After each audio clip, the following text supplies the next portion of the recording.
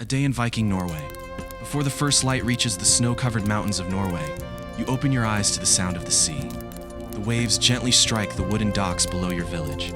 A cold wind slips through the gaps in the walls of your family's longhouse, carrying the scent of salt, pine, and smoke. For a moment, everything is quiet. Then you hear the crackling of the fire. Your mother is already awake, placing another log into the hearth at the center of the room. Orange light dances across the wooden walls, revealing carved shields, worn hunting spears, and thick animal furs hanging from the beams above. You slowly sit up beneath a heavy wolfskin blanket.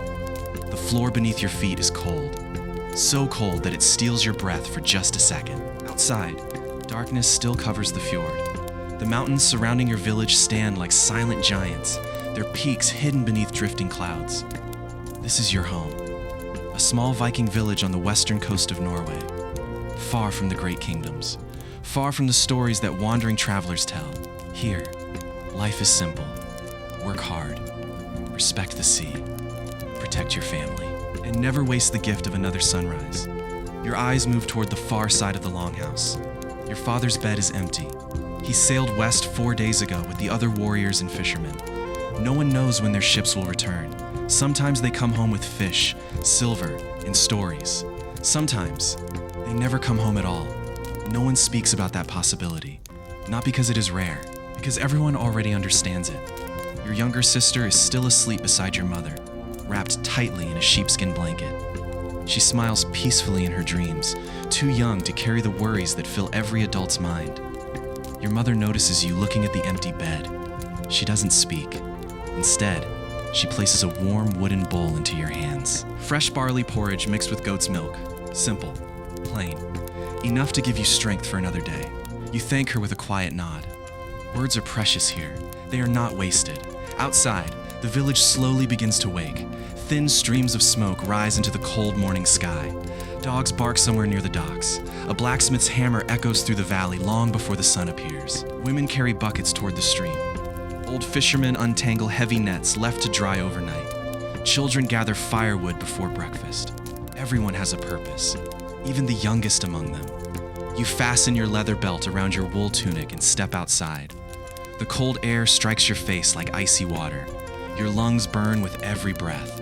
Yet somehow, it feels familiar, comforting even. This is the air that raised you, the wind that shaped every generation before yours. As you walk toward the shoreline, frost crunches beneath your boots. The fjord lies perfectly still. Its dark surface reflects the towering mountains like polished glass. For a few peaceful moments, the world feels untouched. Then a raven lands on a nearby wooden post. It watches you silently. The elders often say that ravens carry the eyes of Odin. Whether the stories are true or not, no Viking ignores a raven. You watch the bird for a moment before it spreads its wings and disappears into the gray morning sky. Your best friend, Eric, waves from the docks. He is already repairing fishing nets with hands rough from years of hard work, despite being only a year older than you. You finally woke up, he says with a grin. You sleep like a bear. You laugh quietly. And you work like an old man. The two of you begin repairing the torn ropes together. Your fingers move almost without thinking. You have done this since childhood. The sea gives, the sea takes, but it always demands respect. As the first rays of sunlight finally rise above the mountains, golden light spills across the village. The snow begins to sparkle. The wooden houses glow with warmth. For one brief moment, everything feels peaceful. But peace never lasts forever in Viking Norway. Far beyond the horizon, where the sea meets the endless sky, something is already moving toward your village. You cannot see it yet. No one can. But before this day is over, everything you believe about courage, family, and the meaning of becoming a Viking will be tested. You and Eric finish repairing the last fishing net just as the village begins to buzz with life. The smell of fresh bread, smoked fish, and burning pine drifts through the cold morning air. Children laugh as they chase one another between the longhouses. For a brief moment, it almost feels like an ordinary day. Almost. An old fisherman slowly walks toward the docks, carrying an empty basket across his shoulder. His beard is white as snow, and one of his eyes is hidden beneath a faded leather patch. Everyone in the village knows him. Not because he was once a great warrior, but But because he has survived longer than most, he stops beside you. Without looking up, he says quietly, "The sea is too calm today." You glance across the fjord. The water is perfectly still. "There isn't even a breeze," Eric replies. The old man slowly shakes his head. "That is exactly what worries me." He walks away before either of you can ask another question. His words stay with you. Your father once said something similar. The sea always whispers before it shouts. You never truly understood what he meant. Perhaps today, you will. By mid-morning, the village is alive with work. Women weave thick wool into warm clothing for the coming winter. Carpenters shape fresh pine into beams for new houses. Near the center of the village, sparks burst into the air as the blacksmith hammers glowing iron into a new axe head. Every strike echoes through the valley. Clang, clang, clang. You stop for a moment to watch. The blacksmith notices your curiosity. Without saying a word, he places the unfinished axe into a bucket of cold water. Steam rises into the air with a sharp hiss. "This axe," he says, lifting it back into the sunlight, "will only become strong because it survives fire." He looks directly into your eyes. "So will a man." Those words stay with you long after you leave. Near the edge of the village, your mother is hanging fresh fish to dry beside the longhouse. She smiles as you approach. "Can you gather more firewood before sunset?" Of course. She gently brushes a strand of hair away from your forehead. For just a second, you see the worry in her eyes. She tries to hide it, but she cannot. Every family waits for the return of loved ones from the sea. Every family fears the silence that sometimes follows. You pick up your axe and begin walking toward the forest. Eric follows close behind. The path climbs steadily away from the village. Soon the sounds of people disappear. Only birds, the distant roar of waterfalls, and the whisper of tall pine trees remain. The forest feels ancient. Some trees are so wide that it would take 4 men to wrap their arms around them. Sunlight filters through the branches in long golden beams. The air smells of moss, damp earth, and pine resin. It is peaceful. Yet something feels different today. Even the birds seem quieter. As you continue deeper into the woods, you notice fresh tracks pressed into the soft ground. Not deer, not wolves, human footprints. You kneel beside them. "They're new," Eric whispers. You nod. The footprints lead toward the cliffs overlooking the sea. Neither of you speaks. Visitors are rare. Strangers are even rarer. Slowly, you follow the trail. Every step makes your heart beat a little faster. When you finally reach the cliffs, the forest suddenly opens before you. Below, the endless sea stretches toward the horizon. For a moment, you see nothing. Only waves. Only sky. Then, a tiny dark shape appears in the distance. Another follows. Then, another. You narrow your eyes. Longships. Not one, not two, but several. Their square sails catch the wind as they move silently across the water. Too far away to recognize. Too close to ignore. Eric's voice is barely more than a whisper. "Those aren't our ships." A cold feeling settles deep inside your chest.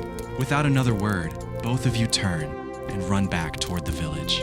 Branches whip across your face as you race downhill through the forest. Your lungs burn. Your heartbeat pounds louder than your footsteps. Neither you nor Eric says a single word. You don't need to. The fear between you speaks loudly enough. As the trees begin to thin, the rooftops of the village come into view. Smoke still rises peacefully from the long houses. Children are still playing. The blacksmith is still working. No one knows what is coming. You reach the village square, struggling to catch your breath. "The sea," Eric gasps. "Ships! There are ships!" Conversations stop instantly. The blacksmith lowers his hammer. Women turn toward you. An old fisherman slowly stands from the dock. "Whose ships?" someone asks. I don't know," you reply. "They're too far away." Without waiting another second, the village chief climbs onto a large stone overlooking the harbor. He is an older man with gray hair braided behind his head and scars covering both hands. He looks toward the horizon for only a moment. Then his face changes. "They're coming." His voice is calm, too calm. The village suddenly explodes into motion. Children are hurried inside the longhouses. Doors are barred. The blacksmith begins sharpening axes instead of making them. Archers collect arrows from storage. Men pull round wooden shields from the walls where they have hung untouched for months. The peaceful morning disappears as though it never existed. Your mother rushes toward you. Without saying anything, she grabs both of your shoulders. For a long moment, she simply looks into your eyes, as if trying to memorize your face. Finally, she whispers, "Stay close to the others." You nod, but neither of you truly believes it will be that simple. The village chief points toward the watchtower overlooking the fjord. You and Eric. He gestures at both of you. "Go!" You exchange nervous glances. "You've got the sharpest eyes among the younger men," he continues. "If those ships change course, you tell us immediately." Your stomach tightens. This is the first real responsibility anyone has ever given you. Not chopping wood, not repairing nets, not carrying water. This matters. You and Eric climb the steep wooden stairs of the watchtower as fast as you can. The higher you climb, the wider the world becomes. The fjord stretches endlessly before you. Cold wind rushes against your face. Far away, the dark shapes have become clearer. Longships, 5 of them. Their carved dragon heads rise above the waves. The sails are dark. No banners, no colors. Nothing to reveal who they are. Only silence. You count them again. 5. Each large enough to carry dozens of warriors. Rick swallows hard. If they're enemies, he doesn't finish the sentence. He doesn't have to. You both know. The village has barely 30 men capable of fighting. Many of the strongest warriors, including your father, are still somewhere across the sea. The balance is not in your favor. The wind suddenly changes. For the first time that morning, you hear it. The distant creak of wooden masts. The rhythmic splash of dozens of oars moving together. Slow, steady, unstoppable. The sound carries across the water like the heartbeat of the sea itself. You grip the edge of the tower until your knuckles turn white. Every story you heard as a child suddenly feels real.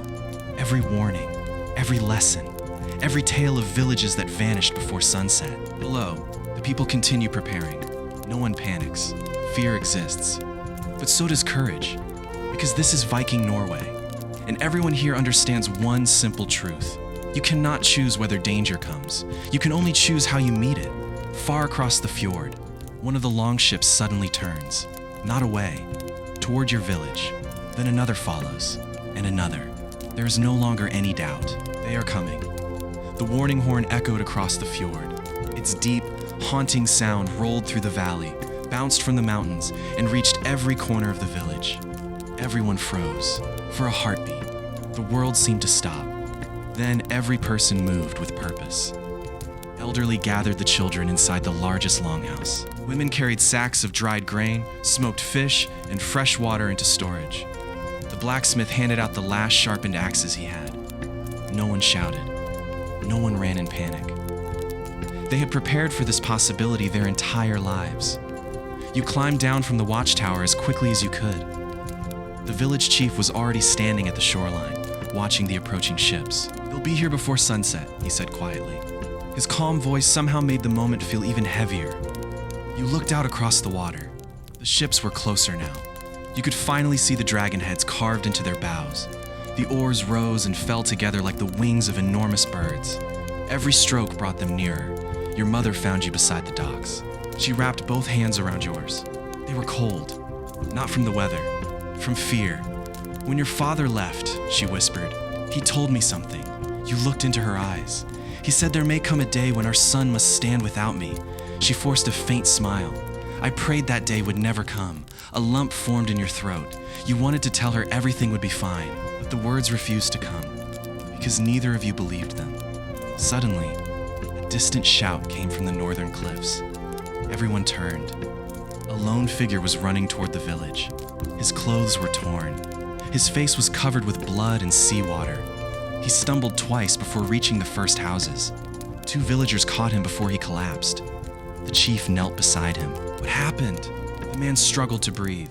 "They attacked." His voice cracked. "Our village." He closed his eyes for a moment before forcing himself to continue. "They burned everything." Silence spread through the crowd. "The warriors?" The messenger slowly shook his head. "Most never made it to their weapons." No one spoke.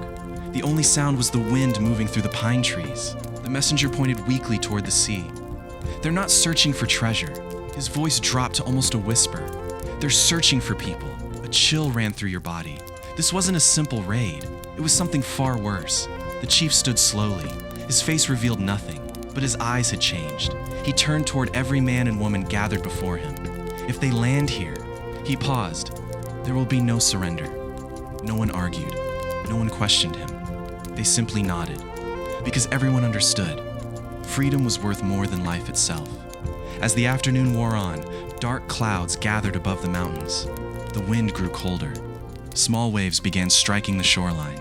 Even nature seemed to sense what was coming. You walked to the very edge of the dock.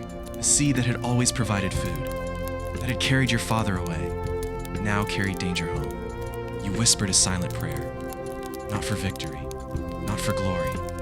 Only that your father, wherever he was, would somehow find his way back. Just then, one of the approaching longships raised a massive black sail. The wind caught it instantly. The ship surged forward. Then another followed. 5 ships, moving straight toward your village. The distance between you grew smaller with every heartbeat. And for the first time in your life, you realized that by nightfall, you might no longer be a boy. The village fell into complete silence. Even the dogs had stopped barking. The only sound was the steady rhythm of the waves as the longships drew closer. You stood beside the chief at the edge of the harbor, unable to look away. The dragon-headed ships now filled the mouth of the fjord.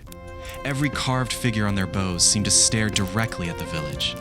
The warriors aboard stood motionless. Their shields hung along the sides of the ships like a wall of painted wood. No one spoke. No one waved.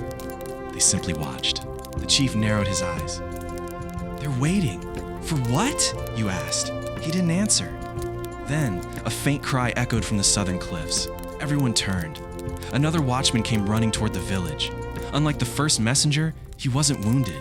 He was terrified. "There are more ships!" The word struck the village like lightning. "Where?" "The southern passage."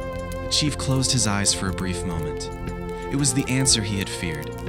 The 5 ships in front of the village had never intended to attack first. They were keeping everyone's attention. The real danger was trying to enter through the narrow passage behind the cliffs. A trap. The chief immediately turned toward the gathered villagers. "Move the children and the elders into the forest. They know the hidden trails. If anything happens, they must survive." Within moments, mothers wrapped thick cloaks around their children. Grandparents leaned on wooden staffs as younger villagers helped them toward the trees. Some children began to cry, not because they understood war, but because they saw fear in their parents' faces for the very first time. Your little sister ran toward you. She threw her arms around your waist without saying a word. You knelt beside her. She looked up with frightened eyes. "Will father come home today?" Your heart nearly broke. You wanted to tell her yes. You wanted to promise everything would be all right. Instead, you gently placed your hand on her head. "Find us." It wasn't a promise. It was hope. She smiled anyway. Children often believe hope more easily than adults. As she disappeared into the forest beside your mother, you watched until they were no longer visible. Only then did you turn back toward the sea. He was already tightening the leather straps around his shield. His hands trembled slightly. "Scared?" he asked. You laughed softly. "I think anyone who says they aren't is lying," he smiled. "For once, I'm glad we're afraid." You looked at him. "Why?" "Because it means we still have something worth protecting." Neither of you spoke again. The wind grew stronger. Dark clouds swallowed the afternoon sun. The calm waters of the morning had become restless. Small waves crashed against the wooden docks. The old fisherman with the eye patch slowly walked past you. Without stopping, he quietly said, "I told you. Sea whispers before it shouts." This time, you finally understood what he meant. Far across the fjord, the enemy ship suddenly changed course. Its oars began moving faster. Another followed. Another. Waiting was over. The attack had begun. First war horn shattered the silence. Its deep, haunting call rolled across the fjord like distant thunder. Second horn answered. And a third. Sound echoed between the mountains until it seemed as though the land itself had awakened. Every warrior in the village lifted a shield. Every child disappeared into the forest. Every heartbeat felt louder than the crashing waves. The enemy longships cut through the dark water with frightening speed. Their oars struck the sea in perfect rhythm. Closer, closer, closer. You could now see the faces of the men standing aboard them. They looked no different from your own people. They wore wool cloaks soaked with seawater, iron helmets scarred by old battles, round shields painted in fading colors. They were not monsters. They were fathers, brothers, sons, men trying to survive in the only way they knew. For the first time, understood something your father had once told you. The greatest enemy often looks exactly like you. Chief stepped forward until the cold water reached his boots. He raised one hand. No one behind him moved. No one spoke. The nearest longship slowed. A tall warrior stood at its bow. His beard was streaked with gray. A long scar crossed one side of his face. He planted his spear against the deck and called across the water. "We seek food and shelter." His voice carried clearly over the waves. The chief answered without hesitation. "You seek them with 5 warships." The stranger remained silent. The chief continued. "If you truly wanted peace, you would have come with open hands." For several long seconds, neither man moved. Only the wind spoke between them. The stranger lowered his head, just slightly, almost as if he regretted what was about to happen. He lifted his right arm. Instantly, every oar struck the water. The longship surged forward. "So be it," the chief whispered. The village exploded into action. Arrows leapt into the sky. First volley hissed through the air before crashing into the shields lining the enemy ship. Several arrows struck the wooden hull. One found its mark. A warrior collapsed onto the deck. The others never slowed, their shields locked together as they pushed toward the shore. You stood frozen for only a heartbeat. Then instinct took over. He grabbed a bundle of spare arrows and sprinted toward the archers. The older hunter accepted them with a quick nod. "No matter what happens," he said, fitting another arrow to his bow. "Keep moving." Another wave of arrows darkened the sky. The enemy answered with arrows of their own. One buried itself deep into the wooden watchtower behind you. Another struck the roof of a nearby longhouse. A third landed only a few feet away. Battle had begun. But amidst the chaos, you noticed something unexpected. The scarred leader wasn't charging. He wasn't shouting. Instead, he was scanning the shoreline, searching, as though he had come here for something far more important than victory. Your heart pounded. If he wasn't here to conquer the village, then what was he looking for? The answer was about to change everything. The scarred leader stepped onto the shore. He did not rush forward with the others. He walked, slowly, deliberately, as though every step carried the weight of years. Battle raged around him. Axes clashed against shields. Arrows hissed through the cold air. The cries of men echoed across the fjord. Yet his eyes searched only one place: village, house by house, face by face. He wasn't looking for riches. He wasn't looking for livestock. He was looking for someone. You ducked behind a stack of fishing barrels as another arrow struck the dock beside you. Splinters exploded across your face. Your hands trembled, not from the cold, from fear. Eric grabbed your arm. "We have to help them." You nodded. 2 of you ran toward the shoreline, carrying fresh spears to the men holding the defensive line. The chief stood at the front. His shield was scarred. Blood ran down one side of his arm. He refused to take a single step backward. Behind him stood every man still able to fight. Fishermen, carpenters, hunters, brothers. None of them had trained as full-time soldiers. Every one of them stood shoulder to shoulder, not for glory, for home. A young warrior beside you suddenly cried out. An arrow had pierced his shoulder. Without thinking, you caught him before he fell. He couldn't have been more than 18. His face was pale, his breathing quick. "You need a healer," you said. He forced a weak smile. Later, he pushed himself back onto his feet. "Mother is still here." He picked up his shield again. You watched him return to the line despite the pain. In that moment, you realized courage wasn't the absence of fear. It was choosing to move despite it. A loud crash echoed across the harbor. One of the enemy ships had slammed against the dock. More warriors poured onto the shore. For a moment, it seemed impossible to stop them. Then, village horns sounded again. Not once, twice, 3 times. Every Viking in the village recognized that signal. He looked toward the cliffs. First, you saw nothing. Then, tiny dark shapes appeared against the bright sea. 1 sail, then another, and 5 more. Your heart skipped. The villagers noticed them too. Some stared in disbelief. Others whispered prayers. Chief lowered his axe. A smile slowly appeared on his weathered face. Your home. The words barely left his lips before tears filled your eyes. Far across the fjord, the returning longships flew the colors of your own village. Your father's fleet had come back, and they were sailing straight toward the battle. A roar rose from the village. Not a roar of victory, a roar of hope. Turning longships cut through the waves with incredible speed, their sails stretched tight by the strengthening wind. Sunlight broke through the clouds for the first time that afternoon, casting golden light across the fjord. Every villager turned toward the sea. Every enemy warrior did the same. The scarred leader stood perfectly still. For the first time since he had stepped ashore, uncertainty appeared on his face. He had expected an easy victory. He had not expected the warriors of this village to return today. The first longship reached the harbor. Before it had even touched the dock, warriors leaped into the shallow water with shields raised. They ran forward without hesitation. Their head was your father. His cloak was soaked from the sea. His beard dripped with salt water. A fresh scar crossed his cheek, but his blue eyes were as sharp as ever. For a brief moment, he saw you. Leaf flashed across his face. You had never seen your father smile during battle, but he smiled then, only for a heartbeat. Then he raised his axe. "Hold the line!" His voice thundered across the harbor. The exhausted villagers answered with renewed strength. Shields locked together once more. The enemy advance finally slowed. Steel rang against steel. Axes struck shields. Boots splashed through the cold water at the edge of the fjord. You grabbed a fallen shield from the ground and stood beside Eric. Neither of you was the strongest.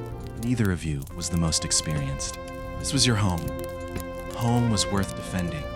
The scarred leader suddenly stepped forward, raising one open hand. Everyone's surprised. His own warriors stopped fighting. Your father noticed immediately. He lowered his axe but remained ready. The battlefield became strangely quiet. Only the wind and the waves continued their endless song. The scarred leader removed his helmet. His hair was streaked with gray. His face carried the weight of countless winters. He looked at your father for several long moments before speaking. "I know you." Your father frowned. "So do I." Silence followed. Then your father's eyes widened. "Harold." The name seemed impossible. The scarred man gave a slow nod. "We sailed together, many years ago." Looked from one man to the other in disbelief. They had once fought side by side. Now they stood on opposite sides of the battlefield. Harald looked around the village, at the frightened children watching from the forest, at the wounded men struggling to stand, the smoke rising from damaged homes. He closed his eyes for a moment, quietly said, "This was never the village I intended to find." Father stepped closer. "Why come here?" Harald looked toward the sea. "Our homeland has changed. The harvest failed. Winters grew longer. Children are starving." His voice cracked for the first time. We followed rumors of food and hope. No one spoke. Anger that had filled the air only moments before slowly gave way to something else. Understanding. You suddenly realized something your father had tried to teach you since childhood. Not every battle begins with hatred. Sometimes it begins with desperation. Desperation can drive good men to make terrible choices. The wind carried the smell of salt and smoke across the silent fjord. The first time that day, both sides saw each other not as enemies, as fathers, as sons, as families trying to survive. For several long moments, no one moved. The waves gently washed against the shore, as if the sea itself were waiting to see what would happen next. Your father slowly lowered his axe. Harald did the same. Warriors on both sides watched in silence, unsure whether the next moment would bring peace or another storm of bloodshed. Your father stepped forward until only a few feet separated them. "I remember the winter we crossed the northern sea," he said quietly. Harald nodded. "We thought we would die before we ever saw land again. Yet," your father continued, "we shared our last loaf of bread." A faint smile crossed Harald's weathered face. "You gave the larger half to me. I had a younger stomach." For the first time that day, someone laughed. It wasn't loud. It wasn't joyful. But it was enough to remind everyone that these men had once been friends. Harald looked around the village once more. Broken fences, the frightened children peeking from the edge of the forest, the wounded villagers helping one another instead of running away. His shoulders slowly sank. "We have become the very thing we once feared." No one answered, because everyone knew he was right. One of Harald's younger warriors stepped forward. He couldn't have been older than you. His clothes were worn. His face was thin from hunger. He looked more exhausted than dangerous. "We haven't eaten properly in days," he admitted. "My little brother hasn't smiled since winter began." His voice trembled with shame. "I didn't want to come here. I just wanted him to live." You looked at him. For a moment, it felt like looking into a mirror. If your village had suffered the same terrible winters, if your family had been starving, would you have made a different choice? You weren't sure. Your mother slowly walked out from the crowd. Everyone watched her. Without saying a word, she carried a basket filled with fresh bread and dried fish. She stopped in front of the hungry young warrior. He stared at the food in disbelief, then at her. "You would feed us?" She nodded gently. "Hunger is an enemy. You are simply men." The young warrior's eyes filled with tears. He accepted the basket with shaking hands. One by one, the other villagers followed. Someone brought buckets of fresh water. Another carried smoked salmon. An elderly woman wrapped blankets around two exhausted children who had remained aboard one of the ships. The battlefield slowly transformed into something no one could have imagined only an hour earlier. Enemies sat together beside the same fires. Wounded men received the same care. Children, who moments earlier had hidden in fear, cautiously stepped forward to watch the strangers. The sun slowly began to set behind the mountains. Golden light spread across the calm fjord. Smoke of battle drifted quietly into the evening sky. Your father placed a hand on your shoulder. "You've learned something today." You nodded. "I thought being a Viking meant becoming a great warrior." Your father smiled. "A warrior knows how to fight."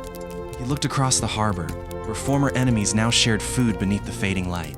But a true leader knows when fighting must end. You looked out across the peaceful water. That morning, you had dreamed of becoming strong enough to win battles. Now, you understood that the greatest victories were sometimes the ones where no one raised a weapon at all. The sun disappeared behind the mountains, leaving the fjord bathed in shades of gold, crimson, and deep blue. A cool evening breeze carried away the smoke of battle. For the first time all day, the village was quiet. Children slowly emerged from the forest, their frightened faces softening as they saw their fathers still standing. Mothers embraced sons. Wives wrapped their arms around husbands. Some laughed through tears. Others simply held each other, grateful that they still could. You spotted your little sister weaving through the crowd. The moment she saw your father, she ran as fast as her small legs could carry her. He dropped to one knee and caught her in his arms. "I knew you'd come home," she whispered. Your father smiled, though tears filled his eyes. "So did I." Nearby, Harald stood alone at the edge of the dock, staring across the endless sea. He walked toward him. For a moment, neither of you spoke. "Sea is beautiful," he finally said. "It is. It also takes everything we love." You nodded. You understood that now. Harald reached into a small leather pouch hanging from his belt. He pulled out a tiny wooden carving of a raven. Time had worn its edges smooth. "My daughter made this before I left home." He turned it over in his hand. "I promised her I would return before the first snowfall." His voice barely rose above a whisper. "I almost became the reason another child lost her father." He closed his fingers around the carving. "I won't make that mistake again." The next morning, both villages worked together. Broken docks were repaired. The wounded were treated. Fishing boats were shared. Food was divided equally. Before noon, Harald and his people prepared to sail home.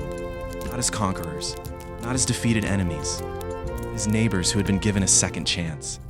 As the ships drifted away from the shore, Harald raised one hand, not in victory, gratitude.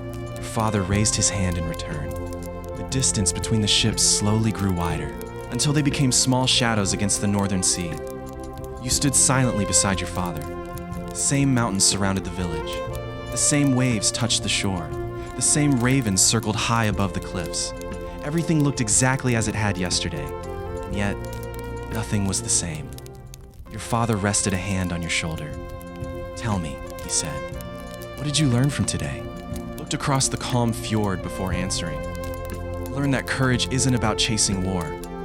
It's about protecting peace." Father smiled proudly. "And today, you truly became a Viking." Years later, people would tell stories about this village. Some would speak of the battle that almost happened.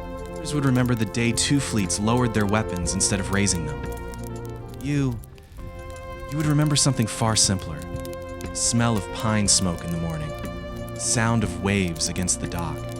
your mother's quiet courage, your father's wisdom, a hungry stranger accepting a piece of bread with trembling hands.